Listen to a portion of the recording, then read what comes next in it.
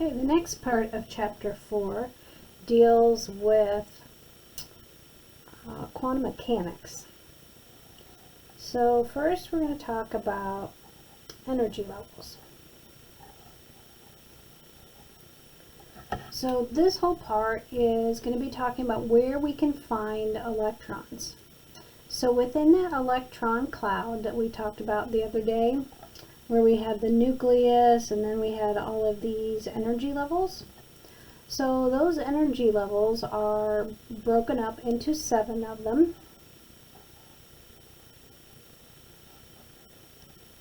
And those are 1 through 7. So we can have the first energy level, the second energy level, third energy level, and so on.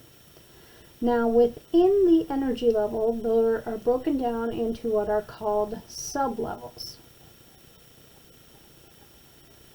And the sublevels are orbitals. And these are regions in space where it's likely to find an electron.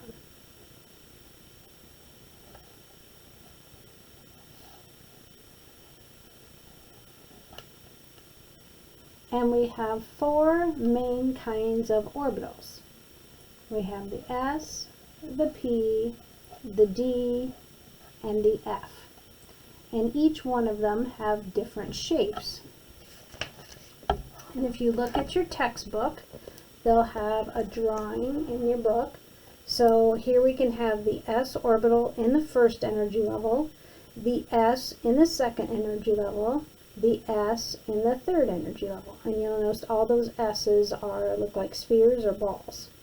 The only difference between the different energy levels is how big that ball is. So in the 1S it's small, at the 3S it's big. Now the second kind we had are the P's. So here they're showing you the P orbitals. There are in fact 3 different P orbitals. They're called the PX, the PY, and the PZ. Now the only difference is their orientation. So one is like upright, the other one is side to side, and the other one would be front to back. And this is the P's that are in the second energy level and the P's that are in the third energy level. Notice the ones in the third energy level are just bigger. Then we have the D orbitals, and there are 5 different orientations there of your D orbital. And they have really strange names, like we have the DXZ, we have the DYZ, the DXY, but there are 5 of them. They didn't draw you any pictures for the F's. So our S orbital, there is only 1 type. For the P orbitals, we had the 3 orientations, the X, Y, Z. The D, there was 5, and for the F's, there are 7. Now, every orbital, no matter which one it is, can hold a maximum of 2 electrons. So in the S orbital, I could hold 2 electrons max. In each one of the P orbitals, I could hold 2, so that's a total of 6 electrons total. In the D orbital, since there's 5 of them, and each one can hold 2, that's 10. And then 7 times 2 would be 14. So each one can hold a different amount of electrons.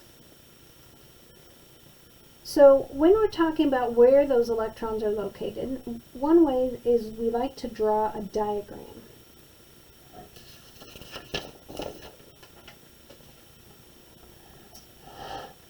And when we talk about diagrams, we're going to talk about an orbital diagram,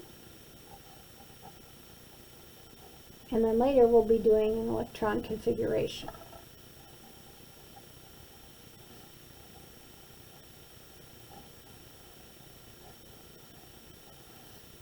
Okay, the orbital diagram uses arrows to represent electrons, where the electron configuration doesn't have any arrows, it has only numbers. and the orbital names. Okay, so we first want to look at our periodic table. And my periodic table has s orbitals filling for these first two rows. Then over here it has p orbitals filling, that's these over here. The d orbitals are these elements, and then the bottom ones are where the f's are filling. Meaning the electron, like electron 24 that is here in chromium, is located in the d orbital. So when these electrons fill, they fill in order of energy. So we have to start with the lowest energy, like the 1, the first energy level, and these are the s orbitals. After we fill those, we would have to go to the second energy level, and we would go to the s orbitals. After we got done with the s orbitals, we would go over here to the p orbitals. And I'm going to show you a picture that's in your book. And they have them called blocks. So down here at the bottom, we can see here's your S block. Then we have the D block here in the middle, the P block, and then down at the bottom, which you can't see very well, I'll tip my camera a little bit, there's the F block. Now in addition, they have these, like this is hydrogen, this is the 1s, and here's the second one, and then we'd have the 2 s's. Then I would go over here, these are the 2 p's, meaning the p's in the second energy level, then the 3 s's, then the 3 p's, then the 4 s's, and then the 3 d's, and then 4 p's. So we always go left to right, but I have a diagram that I'm going to show you that is going to make this easier. So these electrons have to fill from low energy level to high.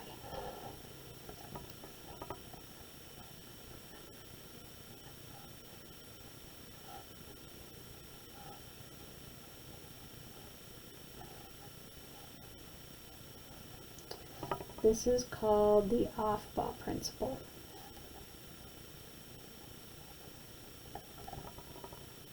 Okay, so not only do we have to take into account the energy levels, but we also have to take into account the orbitals.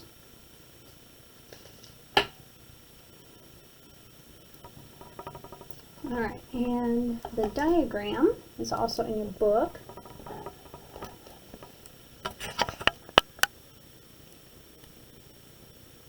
Okay, so 1s, 2s, 3s, 4s, 5s, 6s, 7s. The p orbitals, there aren't any 1p's. When we look at the periodic table, here's our first energy level up here. So there aren't any p's. This is actually an s, because you can see these are the p's, but it doesn't include the helium. So there are no p's in the first energy level. They don't start till the second energy level. And the D's don't start till the third energy level, and the F's don't start till the fourth energy level. So the 2 P's, there aren't any 1's, so 2p to 7p, and then here the D's start in the third energy level, the F's start in the fourth. Now our periodic table currently does not have any G's or F's, but any G's or H's or I's, but the table is designed to grow if it was needed to. Alright, so we start here, we would fill the 1s's. So you draw a diagonal line. Then we would go to the 2s's, then the 2 p's, then the 3 s's, then the 3 p's, then the 4 s's, then the 3 d's, 4 p, 5 s's, 4 d's, 5 p's, 6 s's, so forth. And up at the top of this page, they list it all out for you like this. So like this is what it would be if you had to do every single thing. Alright, so the numbers in front, those are telling me my energy levels. So like 3s, 3p, that's third energy level. The s's and p's are telling me my orbitals. Now what's going to happen is I'm going to fill in how many electrons. Okay, so we'll start with something very simple, and we will look at maybe lithium. And lithium has an atomic number of 3.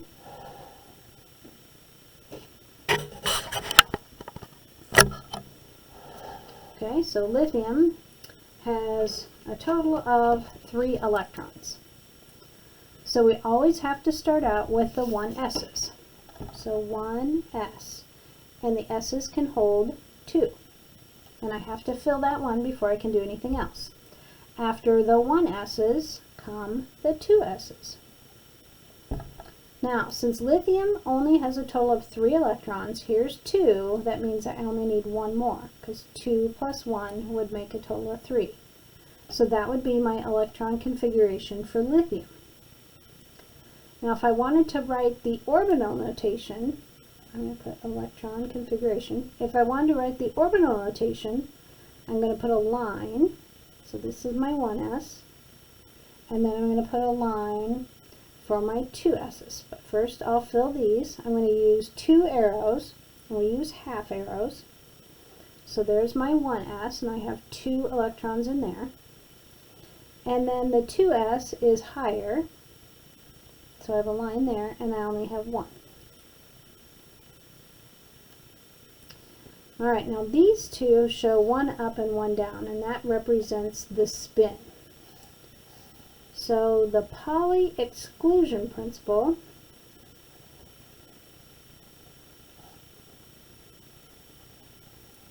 says that no 2 electrons can have the same set of numbers.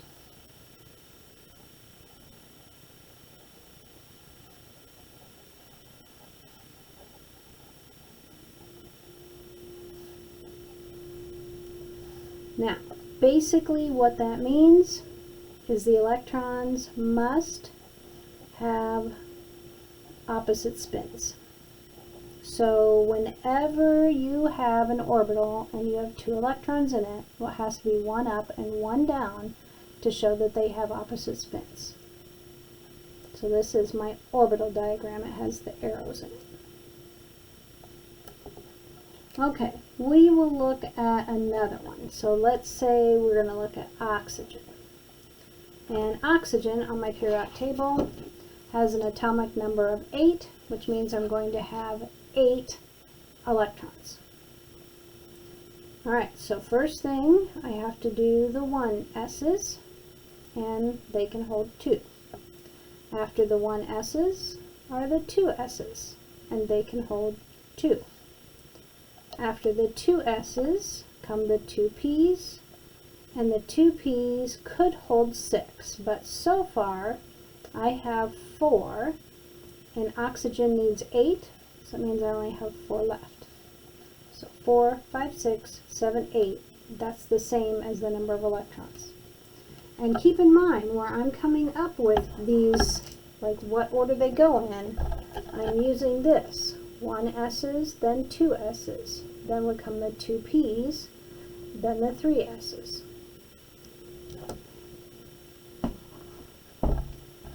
Okay, so now if I wanted to write out this orbital diagram, I have my 1s's, and there are 2.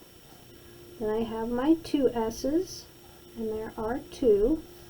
Then I have my 2p's. But remember, there are 3 different p's, the x, y, z. So here are my p orbitals. I have 3 lines because there's 3 kinds of p orbitals. If it was a d orbital, I would draw 5 lines, and if it was an f, I would draw 7. Now I'm putting 4 electrons in here, so I have to go 1 in each spot. Then I can go back and double up, and they have to have opposite spins. And that's Hund's rule. Electrons must fill singly before pairing. Okay, so they have to go one in each orbital before you can go back up and pair. Okay, so let's look at another one. Let's say maybe we want to do, chlorine. Okay, and chlorine has an atomic number of 17. I'm just going to put a 7 here, 17, so I remember that I'm going to need 17. So I always start out 1 S's. I have 2. My 2 S's can hold 2. My 2 P's can hold 6. After the 2 P's come the 3 S's. They can hold 2. Then I go to the 3 P's. So I have 4, 10, 11, 12. I have 12 so far. The P's can hold 6, but I only need 5 more to get me to 17.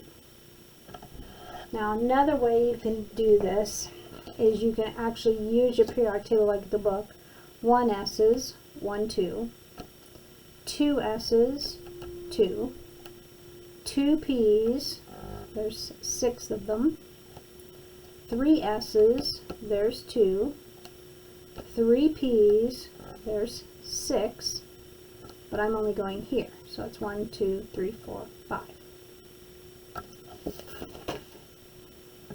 And then if I was going to do my orbital diagram, 1 S's, then my 2 S's, then my 2 P's, these are all filled, then my 3 S's, and then my 3 P's, they get 3 lines again because they're P's. 1, 2, 3, 4, 5. Okay, and each one of these goes up a little higher, showing that the energy is increasing.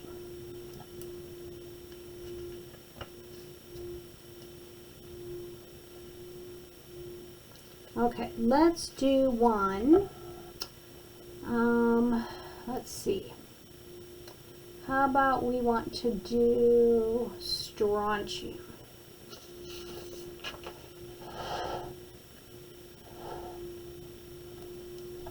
Alright, strontium is way down on the periodic table, which is way down here.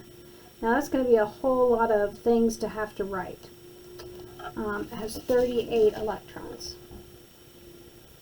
So we are going to learn a shortcut for writing these.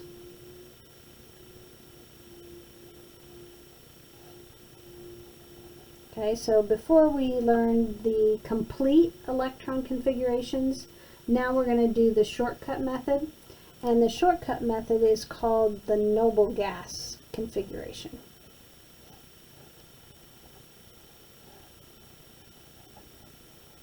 And that's because it uses a noble gas. Alright, so we're going to find strontium on our table, which is here. We're going to find the noble gas that comes before it. Now keep in mind, these are my noble gases. So the noble gas that comes before strontium would be Kr. Okay? So I'm going to write Kr in brackets. And that takes care of 36 of my electrons already. Okay, so here is Kr. That is 1, 2, 3. That is the end of the 4 P's. So after the 4 P's, I would be over here, which would be my 5 S's. 1, 2. 5S, 2. Okay, and 36 and 2 makes 38. Alright, well while we're on that same plan, let's say we want to do, how about Mn? Okay, here's Mn, is 25. Okay, so we're going to do the shortcut again. So before Mn, the noble gas will be argon. Argon in brackets. Okay, then after argon, I would be here, which are my 4 S's. 1, 2. Okay, now after my 4 S's, I would think I would go, well, I'm ready for the D's, and I would think that I would be going to the 4 D's. But on my little chart here, after the 4 S's come the 3 D's. The D's are always one behind. And if you'll notice on here, when we open up the F's, they are actually 2 behind. So the S's and P's have the same number like when we're filling them, but the D's are 1 behind, so 3D. Alright, so here's my 3 D's, 1, 2, 3, 4, 5. And argon had a total of 18, plus 2 more is 20, plus 5 is my 25. Alright, now there are some of these electron configurations that are different.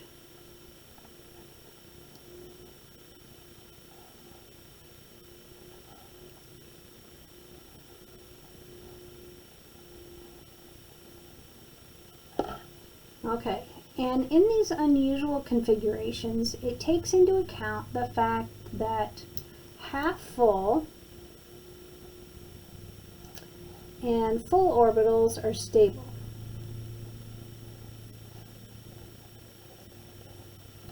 So we know full energy levels are stable. If you can't have a full energy level, the best is to have a full orbital. If you can't have a full orbital, then you want to have a half full orbital. So there is some crazy things that go on. So we'll look at copper.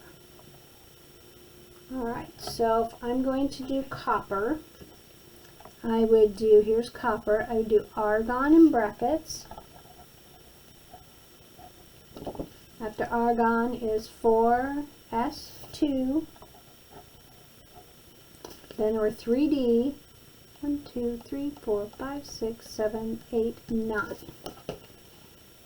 Now we would expect this structure to look like this. But that's not what it actually is. So the D's can hold 10. So what happens is one of these electrons moves to this D orbital. So I have 1, and I'm at 10. So this makes my D orbital full and my S orbital half full. So this is the actual structure. So copper does this, silver and gold are all borrowing in order to make a full orbital. Other deviant ones are palladium,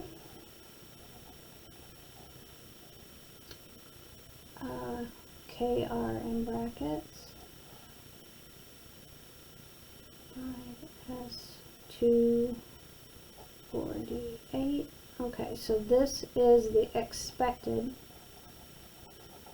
But what happens is this wants to be full, so both of these go over here. The 5 S's are completely gone, making this with a full orbital. So palladium also does it. And let's see, I think other ones are chromium and molybdenum. Now in the case of chromium, chromium is argon in brackets, 4s2, 3d4. So what's going to happen in this case is I can't get a full orbital, that'd be 10. But I'm still going to take one of these S's and put it over here. So I have 1 half full S orbital, and then 5 in my D's. Since full is 10, 5 is half full. So this is actually more stable. So this is my expected. This is my actual. Okay, so there are some of those that are a little bit tricky or a little bit deviant. And they have, I think, all of those listed for you in your complete textbook. They have ones that are called unusual electron configurations.